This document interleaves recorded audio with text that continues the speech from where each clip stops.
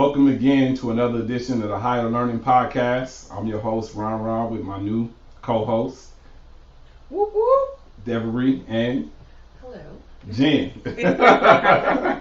Thank y'all for coming down today. I appreciate y'all. For sure. How's y'all been? Pleasure. How's y'all morning so far? My morning been great. I had a nice workout in the park, and I was getting it. Getting it, right? See, I didn't work out. You had to. She's like fit, dude. I'm over here. I was like, you ever seen 300? After you watch 300, you're like, man, I gotta work out. I'm over here like, hey, man, I gotta work out. My morning did not entail working out. I just want you to know that. I'm putting it out there so y'all see me looking. Man, that's worse for me because I went to junior high school with her, so when I seen her, I'm like, oh, for real? I started hiding. I was like, dang, she all fit and shit. I'm over here. She like, maintained the glow. Damn, really? How you do that? Yeah, I used to play sports, so Yeah, I kept it going. I have no excuse. No excuse. So, I mean, you don't seem to be non-fit. I mean, what are you talking about? Like, It's an illusion.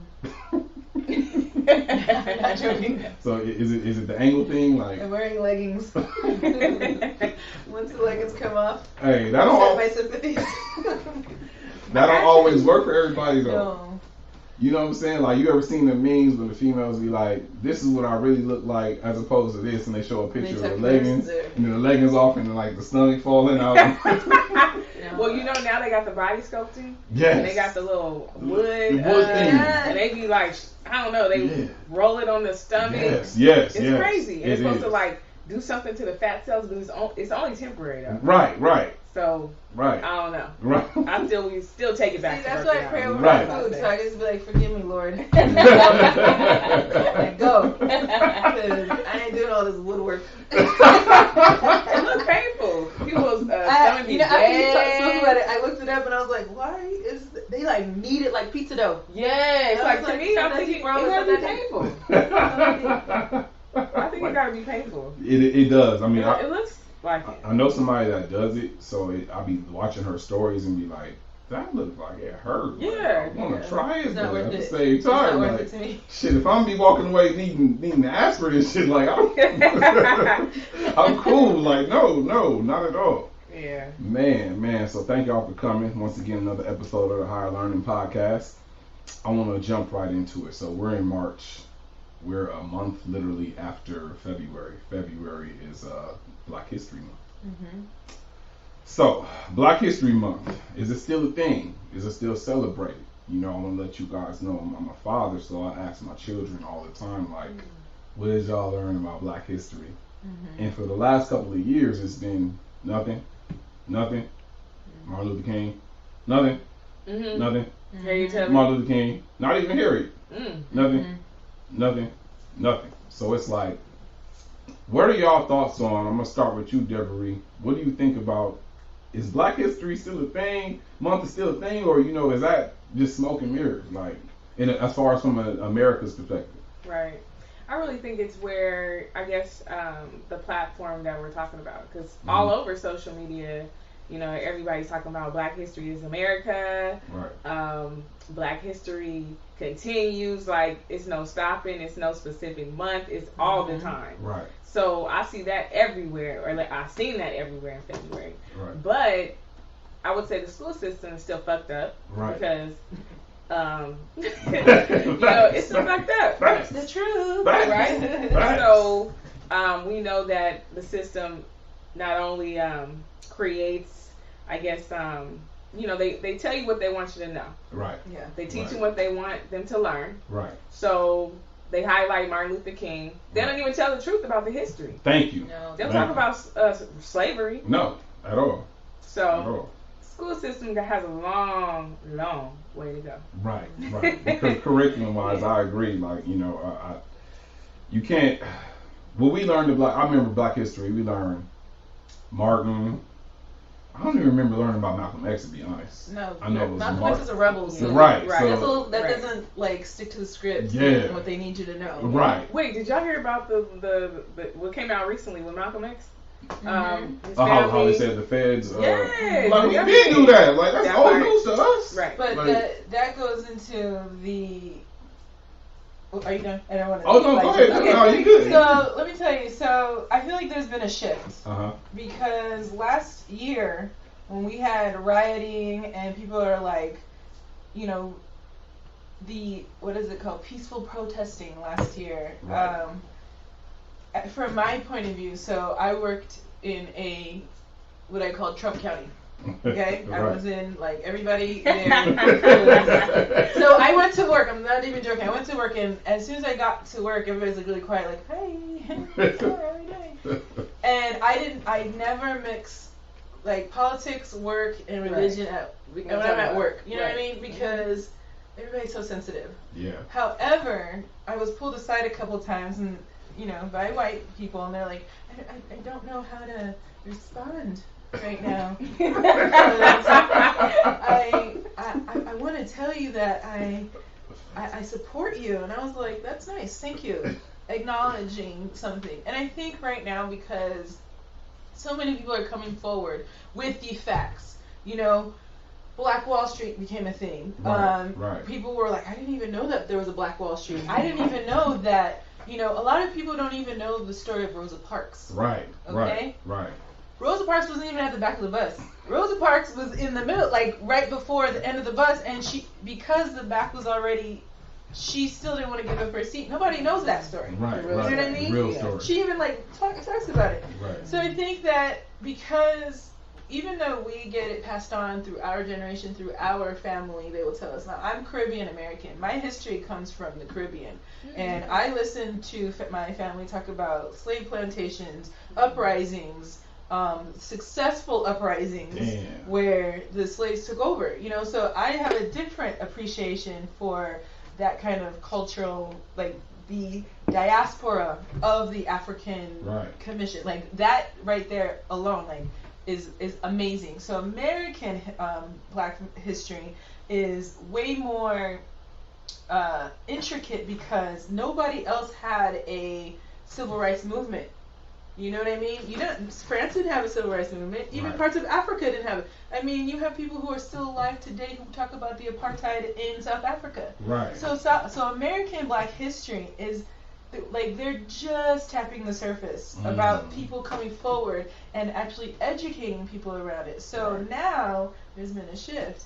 Now you see, because of the peaceful protesting, a lot of companies are coming out and they're having a little bit more colorful faces. Oh yeah, you're noticing that Black Lives Matter. Black Lives Matter, and it's like that. They even turn it into politics, where they said the 55% of white women who did vote for Trump are automatically considered racist, and I do believe that because it wasn't enough for him to verbally say he was racist, or even not even like denounce it. Right. So the other 45% white women are like, please don't identify us with them. We are beige. Like we don't want to. So yes, Black history I think has changed dramatically in a good direction. We still are like 10 steps, 100 steps behind. But I think that there has been a shift for awareness because now the kids are home. Right. So the kids are home and they got Netflix. Right. They can watch YouTube. They can watch all these other things that are exposing them to. And I mean, I saw a TikTok the other day, and what's the movie with the girl? And she made her eat a pie of poop. The Help. The Help. Yeah. So I was being like 10 different movies, and I was watching a TikTok, and the little girl, she was about 12 years old, and her dad, white, and he made her watch the movie. And after she watched the movie, she was like, Dad, can I watch more movies about Black history? Because she was like, I don't know this. They don't teach us this. Right. And so as a parent, it's their responsibility. So that's where it begins, is in the home. And so Black History Month in elementary school, you can't rely on what the teachers teach because in all actuality, the teachers really don't have problem. It's the PTA that control your curriculum. Right. So right. if we can get on board with just a standard, like, listen, we're going to dive into Black history, then I think a lot of changes. But I think the outside world is also impacting education at this point. And that's the thing with the PTA. A lot of Black parents, we don't have time to do that because a lot of us raise kids out of single parent homes. Right. We gotta go to work. Where do we got time to attend a PTA meeting? And they know this. I think it's a systematic, so it's set up like that to where we won't have a voice. Right. You know yeah, I go to school meetings as my other job, and you talking about the whole team is white. Right. See. Like an IEP. Yes. Yeah. Yeah. So you're familiar with the education plan? Yeah. An IEP, special education, whole team. Where's your diversity? And then we're talking about a black young boy. Right. You see what I'm saying? None. Right. No culture. It's like this stuff is written. It's right in our faces, and not enough people care. Eugenics. It's literally like. I walk into my daughter's high school, Altaloma High School, yesterday, and not yesterday, the day before, and I noticed on the wall, look to the right, the principal, and the board members on the wall, white and 2 Hispanic, 4 white, 2 Hispanic. The assistant principal is black. His picture ain't up there though. That's crazy. I'm looking like I thought the assistant principal fit with the principal and the board members. Like, ain't he part of that? Wow. Face ain't up there, and I'm like, people don't notice this type of shit. Yeah. You just cool with this? Yeah. You know what I mean? I understand why we don't like make a much more big deal about that type of stuff. We wait for George Floyd to happen. Yeah. We wait for Breonna Taylor to happen. Right. We wait for Trayvon Martin to happen. But if you do speak up, then you're a nuisance. You are a problem. Okay. You're a troublemaker. Right. I got the word. You're not conflicting, but you are not controversial. It was another word that I was called at work before, just from speaking up. I can't think of the word. One of those words that basically mean I like controversy. I create wow. If I say you're drama, you're full of what drama. What is the word? Cantankerous? No. Oh, man. See, that's the part I can't take, okay? Because I am on the streets, in real life, I am the goofiest, craziest person. Like, I come from a multi-diversial background. I'm not, and for somebody to say, I'm not racist, everybody's fucking racist, okay? Everybody has a negative association with somebody that's from a different race from them, and then they formulated that opinion, and it's a perception. Isn't that prejudice, though? That's prejudice. Right, that's prejudice. Because they say black people can't be actually like racist. The true definition right, of racism. Exactly. Yeah, black people really can't be racist. Yeah. No, we really as far as the definition. But we do have prejudice. We have prejudice. Thank you for that clarification. That part. So I've been in a situation. Let's go back to Trump County job. So these little girls think that because I'm so goofy and I'm not gonna sit down there and rock the boat. Right. That part. But I am not. Don't let the smooth taste. Right. I'm not gonna sit there and I'm the type of person like to root for the underdog. I'm the type of person that like I see somebody being oppressed and I am going to hold their hands. Right. Because that's how I am. Maybe that is a trauma response to helping people, you know. But still, like I don't I don't sit down there and attract discourse. I will never. Sometimes I see people fighting. I was like, ooh, don't. Oh, everybody, we gotta get out of here to safety. And I'd be the last one there, like, ooh, we're getting it. But in my workplace, I go to work. I clock in and clock out. I'm not there, and I tell these girls. I used to have trainees underneath me, and I used to tell them, don't shit where you eat. Right. Okay? Right. Do not do that. And they didn't understand when I said that because I go to work and nobody at work knows my business. Nobody knows my social media. Right. Nobody knows, what are you doing this weekend? None of your goddamn business. Okay? Right? I don't need you to know where I'm going, where I'm going to be, because you're not going to be there. Right? So there was a situation where I felt as though like things would happen. I'm just like, whatever. These things not paying me, so I'm gonna do my own thing. But they were like constantly getting at me, and I stopped her and I said, look, I'm not your friend. I never was your friend. We work as colleagues. I think the boundaries was a little blurred. Let's go back to the friend. Let's go back to colleagues. Let me say you straight. Let me let you know, because I said something like not even personal, and it reached back around, and everybody in the whole okay, I didn't know I was like, you didn't know? I didn't know either. Wow, where did you get that information? And so that's what I knew. So I called her out on it, and she went and told everybody that I told her something that was absolutely not true. They said, did you know, told me I was a bad nurse. She's really mean. She's scary. Oh like, my God. She gave you the whole she's scared. And all I did was remove my emotions from my contacts, and I said, listen, we're not friends.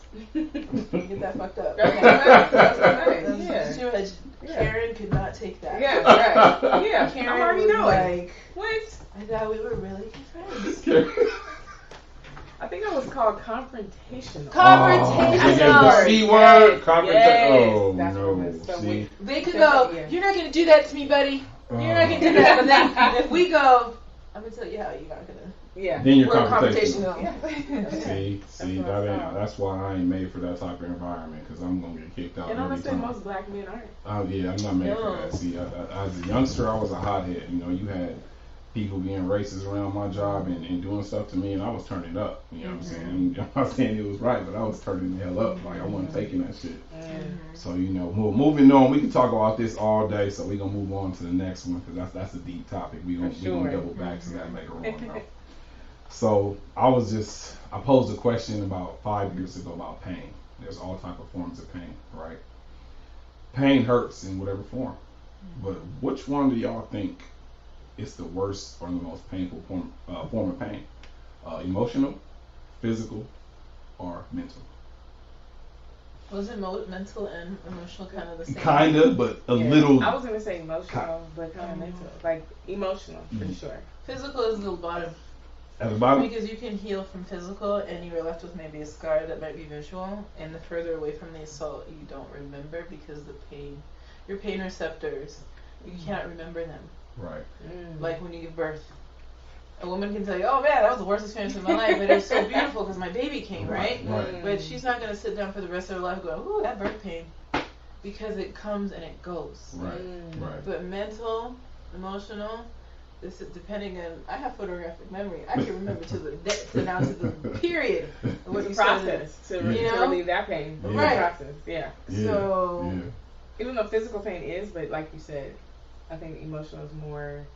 It hits you more in tune. You know, intuitive. So inside versus exterior, skin.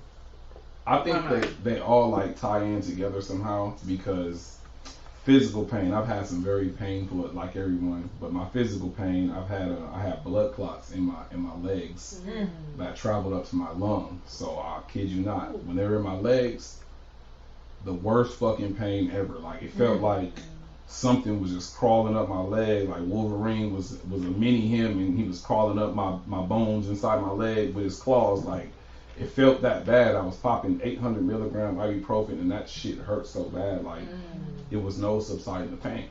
So now the pain was temporary. Of course, I went to the hospital. Was hospitalized for 10 days, and had the blood clots in my lungs. Happened to be the same thing that killed my mom and my sister. But the physical pain, it kind of had a mental after effect, because I go back to those moments of being in pain 24 hours a day without relief, and still having to go to work, still having to deal with kids. Like that shit hurt. I'll never forget that. That shit was hard, but then it left a mental effect, because now I'm thinking about all the trauma and the pain that happened from that. You can be traumatized from an instance of pain. I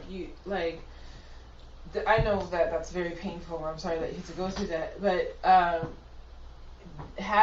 there's so many holistic things that are involved. You feel like you cannot do anything.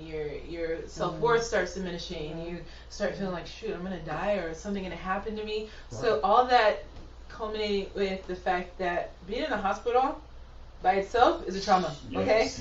So the trauma of a blood clot, the trauma of getting healed, the trauma of being healed, or getting the necessary medication and stuff, all that's traumatizing. So 100%. You are left with some sort of psychological imprint from that. Absolutely. Especially thinking about people who are military veterans. And even if you've been shot before. Oh man. You're gonna always think that somebody's shoot you, right? Every sound is right. And then every time you have any little pain in your leg, you're always there like, oh shit, is this coming back again? Yep. So yes, you do sustain some sort of like painful association with it. Right. For sure. But speaking of pain, and I know this is not but I'll tell you this, in my practice, I have watched people of color not get treated fairly to get their pain resolved. Absolutely. Oh, all day. We could talk about black women. Right. Babies, so right? there is a proven study that there are doctors who believe that black people have thicker skin and our pain receptors are a little bit more stronger, and that's why. So if she walks into the emergency room and goes, my abdomen hurts, that's not a priority right there. A white woman can come in and have the exact same complaints and they'll see her faster. And this has been like studied for years. Right?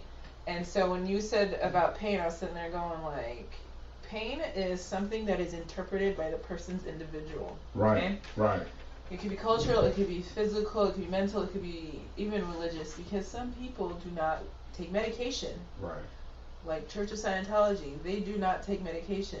I worked in a hospital right outside of their headquarters, and we never got a patient from. They don't believe in Western medicine, so their interpretation of pain is like going into like the next dimension. Like that's some crazy shit. That's like, some crazy you know shit. What I'm saying? I'm like, what? So pain is so subjective to the person that is experiencing it, right? And so in my practice as a nurse, I will tell anybody, I go, listen, I don't know what the nurse did before, but I'm gonna have you flying like a kite. Because you know why? Because I believe that you heal when you are pain free.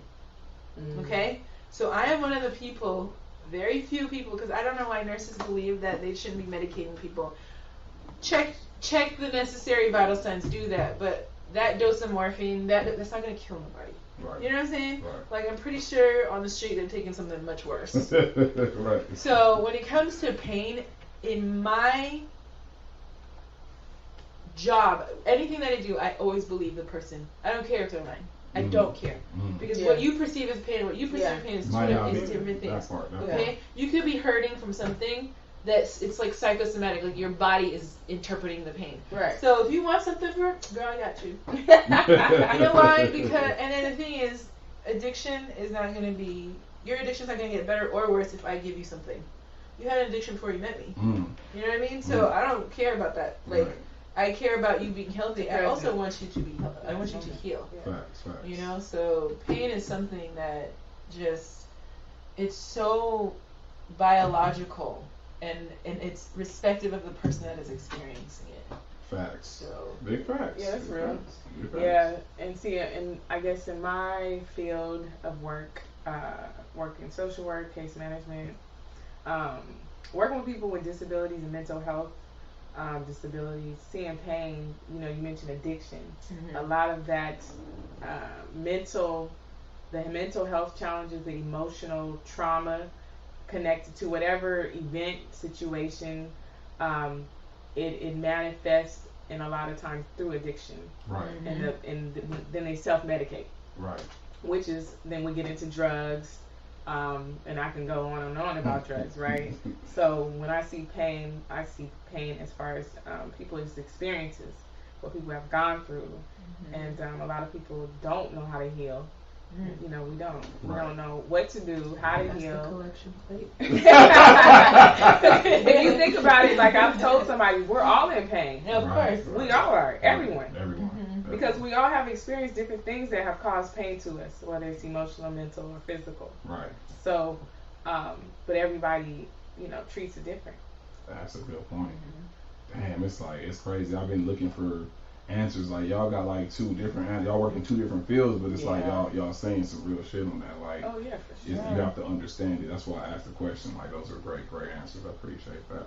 It ain't nothing like getting your heart broken though. That's some fucked up pain. I feel like my stomach was like the first time you get your heart broken. Let me tell you something. You know what I'm saying? I rehab.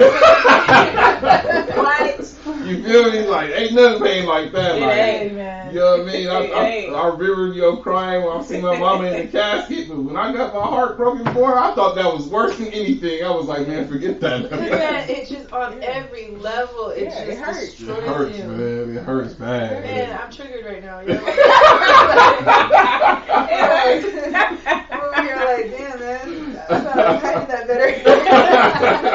No, man. Man, I'm recovering, man. Let me tell you something. We cannot control control anything. Like, we're not here, but when it comes to matters of the heart, I'll tell you this, and I tell this to people, like, if I meet you and I'm dating you or whatever, I go, I'm a boss in every part of my life. At work, at school, when I control, like, my day-to-day, everything. When it comes to the matters of the heart, I am a complete idiot. Like, I don't know nothing, man. I'm over here like, why is he not calling me? And you know what's the hardest part? The worst part. When you first meet somebody, where you're just like, oh, I just made a connection with this person. Right. Everything is And then good. the whole day you don't hear from them. And you can't say nothing because you don't have that right. So right, you don't have that right. They be like, what you doing? You're like, I'm good. How you doing? And the whole day you created all these Jerry Springer like, episodes. Like, ooh, he don't like me. Like, he out there with homegirl. Right. I'm still dealing. Like, you know what I mean? And your heart and then you give yourself this like unnecessary anxiety, like you just torture yourself. And then I got to the point now, because remember I told you, I was like, I just don't give a fuck no more. When people come to me, I'm like, listen, are we fucking? Are we gonna be friends? Are we gonna be? What are we doing? Right. Because right now I can't deal with all these like no games, no cliffhangers, no like no guessing games. Right. So just tell me what you want, man. Just be honest from the jump, right? And that's not necessarily received very well. Okay, so I have like these regional like characteristics. So if you're from California and you tell a dude, so I'm just gonna be straightforward with you. Oh, for sure. Like, all right, that's on Crip. Like, we gonna do this, you know? And then they're a complete asshole. Like, you're just like, wow, I just told you that I want this, and this, and you killed it, bro. Then you come somebody from the South, and you're like, whoa there, like, all right, so I'm a Christian. Like, I'm gonna, you know, the guys from the South are a little bit more gentleman-like, so when you tell them straight up, like, yo, I'm here for this, they're gonna be like, oh, okay, so can we just take it slow or whatever? But then you got dudes from the East Coast. I'm currently dating somebody from the East Coast. I literally told this dude, I said, I am tired of people lying to me. Because if you're not the way you say you are, don't even front on me, bro. Like, just tell me that this is what you want or that. And he was like, all right, shorty, like, let's do this. But you know, you could say that. You could say that, and you still. But he still won't tell the truth. Still like a freaking. Still won't tell the truth. Is that what we do? And I keep shaking and looking for a different answer. I'm like, motherfucker. I don't think they believe you. Well, no, it's just, I guess, you know, I'm gonna play devil's advocate here. From the man's perspective, you know, sometimes you don't want to. Look how she looking at you. You're a boss. Like, if I tell the truth, I may lose. Yeah, right. Exactly. That's the problem. Exactly. I feel better about myself because I got my shit off my chest, though. But you might be. I feel that can be scary. And then you don't want to hurt somebody, right? I don't give a fuck no more. I don't care. Let me tell you something. You can't stand the heat to get out of the kitchen. You know what? That's the perfect segue into my next. You know, dating. How has the dating scene evolved over the last? Let's say, I don't know how old y'all are. I'm in my late 30s. I'm a wounded bird. I am in my late 30s. Okay. We all are. So. It's trash. It's trash. It's garbage. Garbage? You know, it's tough. I'm dating somebody, so, you know, it's been cool with him. It's been a roller coaster. It's been a little bit of a roller coaster because it was a learning curve. That's what I'm calling it. A learning curve. Of course. Where, listen, I'm not what you probably used to. Let me let you know what it is over here. Right, that part. And you either with it or you not. Right, that part. So, if you want to be with it, cool. I'm rolling this way. Right. Yeah, but I ain't rolling that way. Right. So, learning curve, let me say that. But online dating right now, I know several women that are on the site. What's the black site right now? Black? Maybe Black or something like that. It's Black something. I don't know the name of it. All I know is Tinder and Bumble. I don't fuck with Tinder, man. I can't fuck with Tinder, man. The only reason I know they don't like niggas on there, man. Yeah, the only reason I know about Tinder is because every person in the hospital is on Tinder. Yeah. Sometimes when I'm bored, I'm like, let me see your Tinder. If you want somebody to take down for the night, right. Yeah, that's scary. That's your spot. Because when I was in my residency program and I was working in like a clinic in the backyards, it was like right after Coachella, and all we saw was herpes. Jeez. And they're like, herpes. But we have to find out where they, you know, who's the last person to sleep with, and they have to talk about everybody. Let me tell you something. Riverside County, let's just talk stats, because I love stats. Riverside County, and this is America I'm talking about, has the highest incident of syphilis right now. What? Wait a minute. Where? Riverside? Here, Riverside County. Ooh. Wait a minute, let me think real quick. Syphilis and herpes is like getting, you might get that before you get corona. I think we're all exposed to herpes. For real? We are, but yeah. Herpes? I got herpes? We all exposed. Oh. I'm exposed. I'm exposed, exposed, like, but I'm just saying that there is a high STI. You like what? There is a high STI incident in this county, and it's really sad because I work in maternal child health right now. So when this determines whether you have a vaginal birth or a C-section. Because if you have herpes and your kid's born, you can blind them. Yeah, I've read that. So when we say Tinder, I'm thinking this is the fastest way to end your life, because that is not a place to find your wife. That's not a place. It's a place to hit it and quit. Right. I don't believe in that. Like, let me say this. I think because of our culture of instant gratification and just add water, because now if I want to eat right now, literally I can stay right here and be like, DoorDash, let me get that Cheesecake Factory right now, right? Oh, it's right to your door. Yes. Yeah. And so because of that, I think everything else has been so instant that people even do that in their dating life. Right. Man, fuck what you talking about, man. You ain't saying what I'm trying to hear. Bye. Ghost. Yeah, next. You know what I'm saying? On to the next. So because of that, I'm just kind of like Karate Kid. You practice till your master comes. So I just gonna, just get real good. So when the person that comes, they be ready for you. You know what I'm saying? I'm not gonna put myself out there and sustain all these traumas and blows. Like, we got some fucked up people out there, bro. Like, I'd rather be by myself. But then, like, I trust me. I got two sisters. You know, I got a host of females that I talk to that are friends, and I understand y'all plight with the men. You know what I'm saying?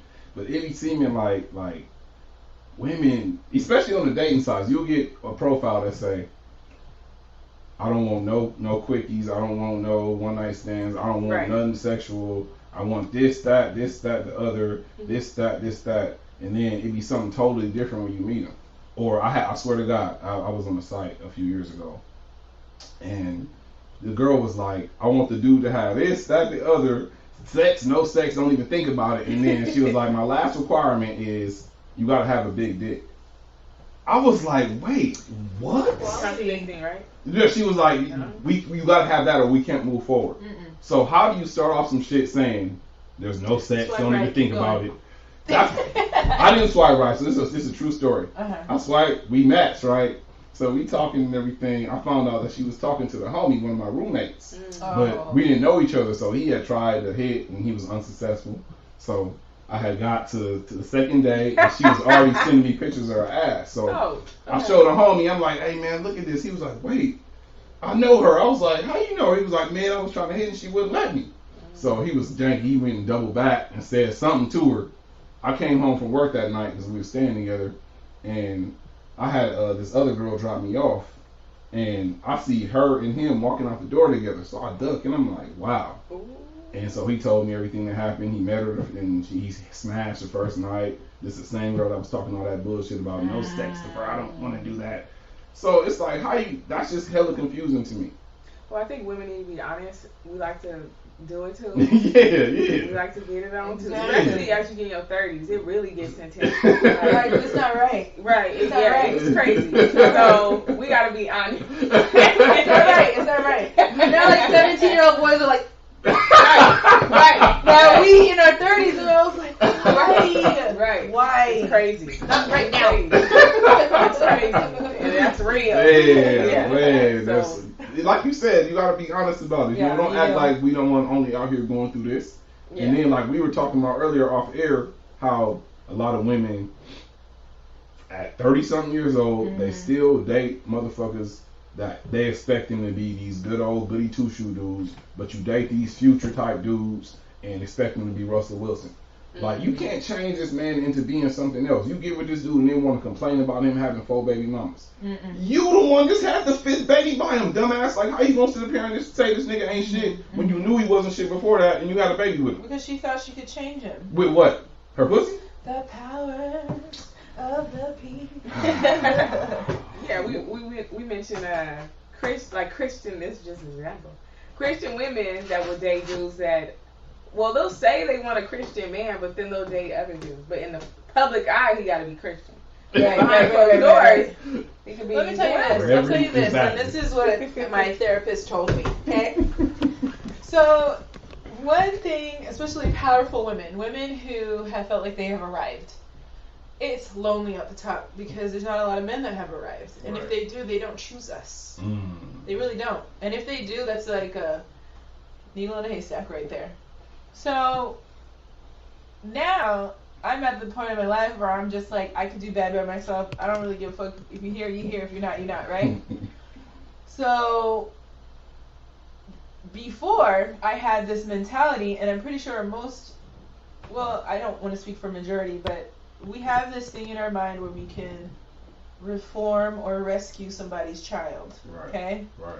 And so one of the things that I was told was, you don't even heed to stop signs.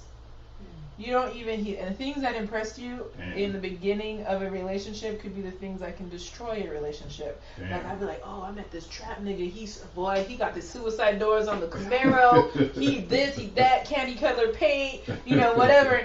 And I'm like, it's sexy. And he wild and he dangerous. But then that's the stuff that I'm like, you can grow up. Like, can we get your life together? Can you do this? And so one of the things she said to me was, if you have to be his mama or his therapist, he's not for you.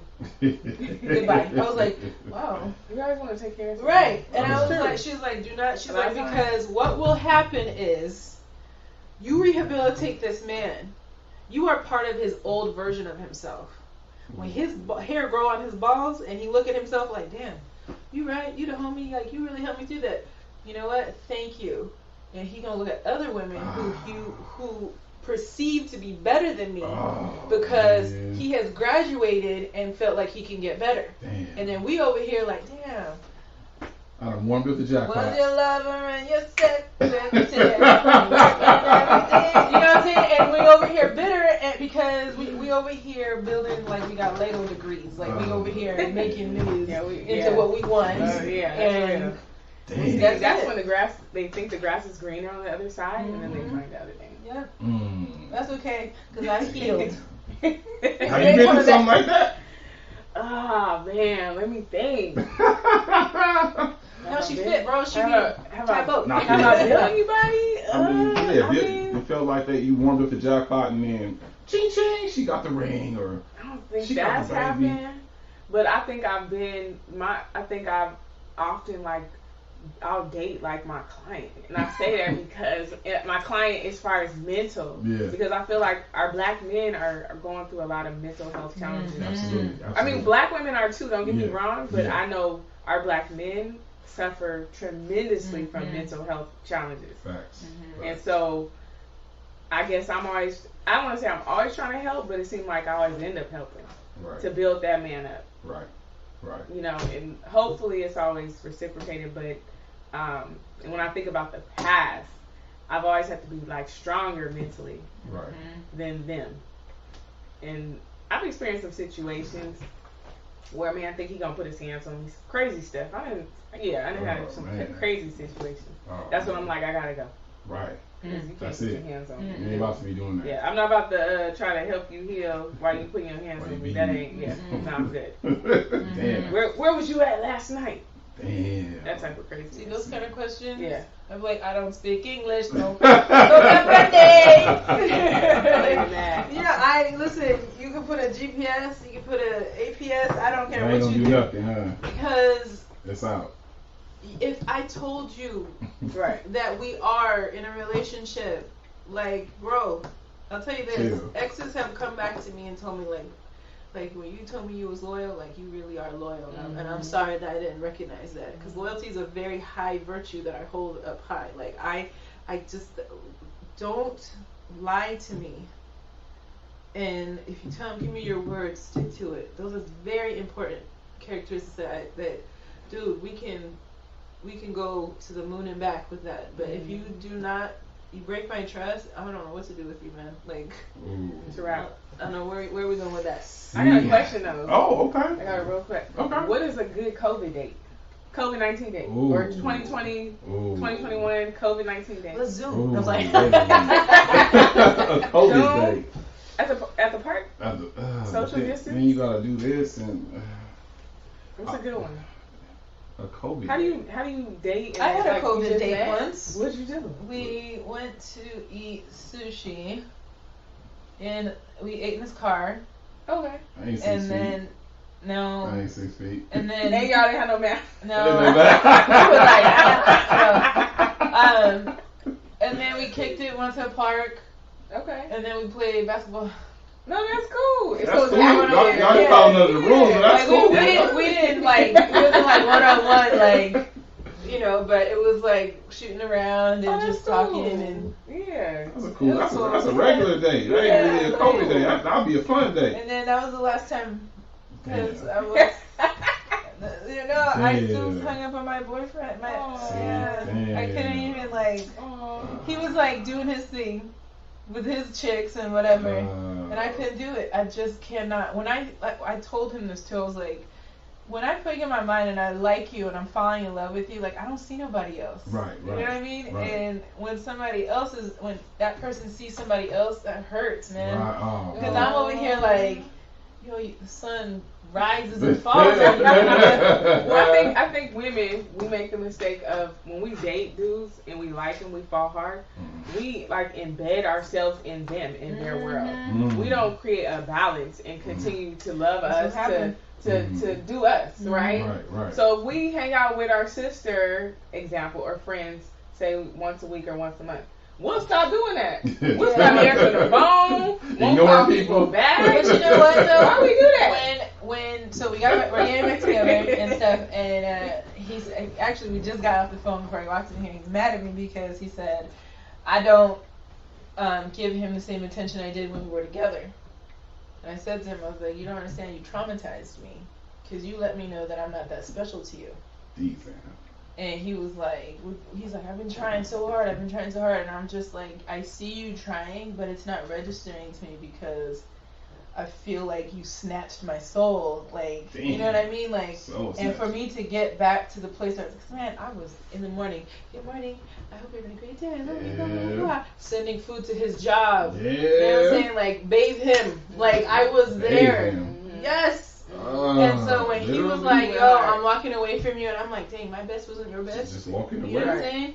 Right. And we had gone through some conflicts where he was out there doing his thing. While he was out there doing his thing, I was trying to find myself. So I healed by myself with no other parties involved. So he did that. And when he realized that he had made a mistake, he came back. So I'm in a different place than he is. So the conflict is, he feels like he's not getting all of me now because I don't know what to give him.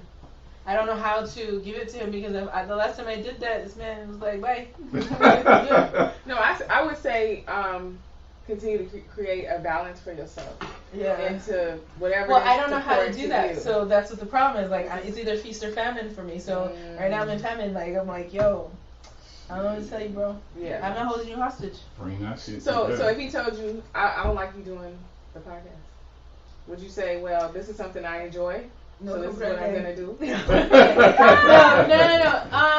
If he had told me he didn't want me to do the podcast, I'd be like, why? Like, help me understand where you're coming from. Like, I need you to. That's the part But this is what you enjoy, right? But he wouldn't tell me that. He'd tell me some shit like, "Are you safe? Is this like, are you really where you say you are? Or like, you know?" That's the shit. That's the problem, though. I agree. That's the problem. That's the shit. See. Having women on a podcast, especially with men, us, and everything, you get women on here and they dudes be coming and be sitting in the car. I'm like, get the fuck outside, man. Anybody trying to get your girl? We in here doing business. Let's take your weird ass outside. He trusts me. He told me, he was like, yo, I don't know. Like, he said, I don't trust nobody like I trust you. He knows, because I wasn't out there. When I had the opportunity to be out there, I didn't take it. Yeah. Just because I was like, that's not my style. Like, I just want to let her go to work correctly. You follow your woman to work? You go to, if she work at Space Brothers, you in the parking lot looking and creeping. That type of shit, I've experienced that. Like, get women on podcasts and make boyfriends looking, they can't say certain stuff. Because they're projecting. She quiet and you don't want to speak on certain topics. Right. Like, they're projecting because they are doing their shit behind their back. Okay? Or just being who you are. If we can't be who we are, if I can't work out, let my light shine, do what I do, right, and be with you, right. I'm sorry, it ain't gonna work. I'm not, because I will not dim my lights. I'm not here for the impression, bro. It's not the impression Olympics, like serious vibes. Because what happens when somebody's continually oppressed? They will break free. They will find a way to get break free because we're not here to be oppressed. See, on that part. So we running out of time on this episode. This is a great episode. We're going to be continued for the next one. Thank everybody for tuning in to the Higher Learning Podcast. That part. And thank you to host Ron, Devery, and Jen. And we'll be back for another episode.